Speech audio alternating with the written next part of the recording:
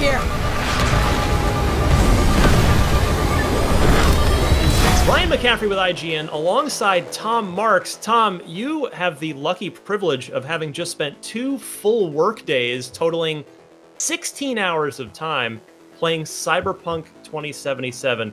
There's obviously a million things I could ask you coming out of 16 hours. Top level, give it to me quickly. Like, what is your big takeaway? And we'll just talk about a few things here after 16 hours with this highly anticipated game. I really enjoyed it. Is the major takeaway, and I want to play more. I think my biggest kind of surprise is it's probably a much slower paced RPG than maybe a lot of people are expecting, and it's a slower paced RPG than maybe the kind of adrenaline pumping first person shooter combat would lead you to believe. Right. But I don't say slow paced as in it's too slow. It's just, this is very much an RPG, not an action game. And that's probably going to be great news to a lot of people. It's just, yeah, that caught me off guard. It took me 6 full hours of gameplay to reach the title card of the game. And that was, again, those 6 hours were really fun. But yeah, this is a slow burn of a game, and it wants to be that. Yeah, I got to play it for the first preview back in June. I played the first 4 hours, starting with prologue, and I kind of came away. I had a similar experience where I barely got any combat at all in that, Yeah. like not until the end of the basically hour 3.5 of the 4-hour time I had.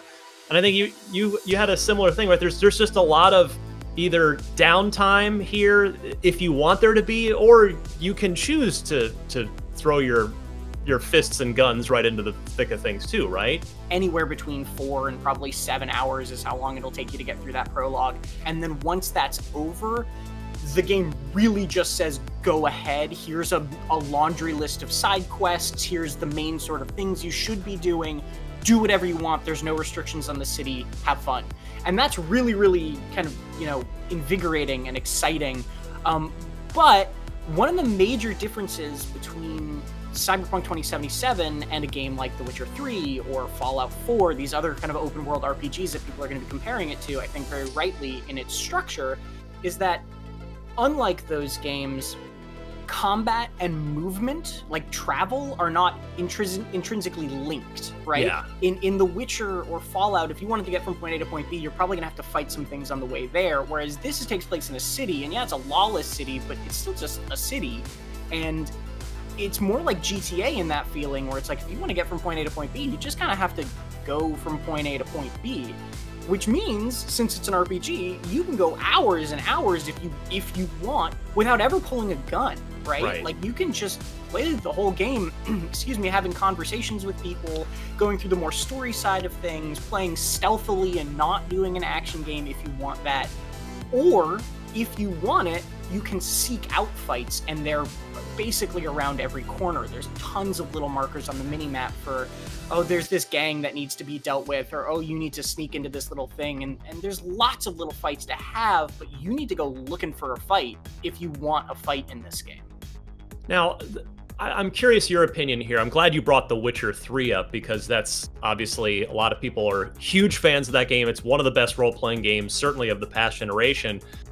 For me, the first time I saw Cyberpunk 2077, I guess 2 E3s ago, or however many real E3s ago it was, I can't keep track of time anymore, it gave me a really heavy Deus Ex vibe. And I'm talking the original Deus Ex, Warren Spector, from the year 2000. And the things you're saying are kind of reinforcing that, and the time I spent playing it feels the same way too. I think it's important to note that this isn't really a first-person shooter, is it? It is a role-playing game through and through. Frankly, it's up to outside of combat, it's a role-playing game through and through. It feels like an RPG, right? But in combat, you can make it a first-person shooter if you want. And one thing I will say is, I think that the first-person shooting, the action part of it, was probably, and I say this generously, like, probably the weaker parts of what I played, right? The combat didn't really blow me away in the way that, like, just driving around Night City did. Driving around Night City and the world and the stories it was telling were really stunning to me, whereas the combat was just like fun, right? It wasn't bad by any means. It was just like, it was good. But to what you're saying, yeah, it doesn't have to be a first-person shooter if you don't want it to be. I did an entire story mission where I took out, you know, descending through 4 levels of this facility full of bad guys, and I didn't draw my gun a single time. I did the entire thing stealthily, through hacking, through, you know, pinging cameras and finding out where everybody is and then distracting them, and it was entirely a stealth game. But somebody else could just go through that with a shotgun and go loud and do that way instead, right? Like, there's a massive amount of choice, and even if you do decide to go loud, you know, there's a bunch of choice in, well, do you use the weapons that are just auto-aim weapons, the smart weapons, or do you do what I ended up doing a lot of the time, which is I would sneak in, ping an enemy so that I could see all the other enemies that were near them through the walls, and then pull out this rifle that could charge up and shoot through walls. So I was just aiming at dudes like holograms through walls, and I basically never came in contact with them while I was trying to clear them out.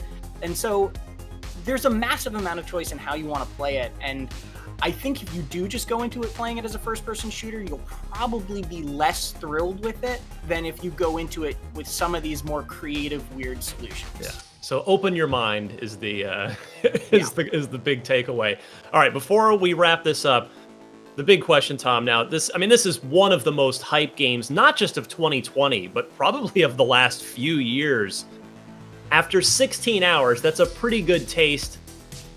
Is it living up to the hype for you so far? Obviously, there's a lot more to see. You know, we're not reviewing the game yet. It's not quite done, but what is your consensus thus far? Yes and no, I think, is the answer so far, in that it is a really, really cool game. I'm really enjoying it. That said, I would temper hype in just a little bit of a way, in that people, I think, maybe are building this up to be, you know, an incredible, perfect game. It still has rough edges. When The Witcher 3, an incredible game, launched, it had a lot of rough edges with like UI stuff and things like that. This game still has that. That doesn't mean it's not incredible and living up to my excitement of it. It absolutely is. But also, it doesn't mean that like the quest log in Cyberpunk is not a mess, right? And so I think that's a yes and no situation for me. It is living up to the hype in how much I'm enjoying it, but also there are parts of this game that, you know, you got to remember it is still a video game made by human beings, and there's going to be rough edges there that you got to live with. Well, be sure to go read Tom's final preview, which will be much more in-depth than this, 7-8 minute conversation was. Check that out on IGN.com, and stay tuned for our review of Cyberpunk 2077 coming up in the not-too-distant future, finally, on IGN.com.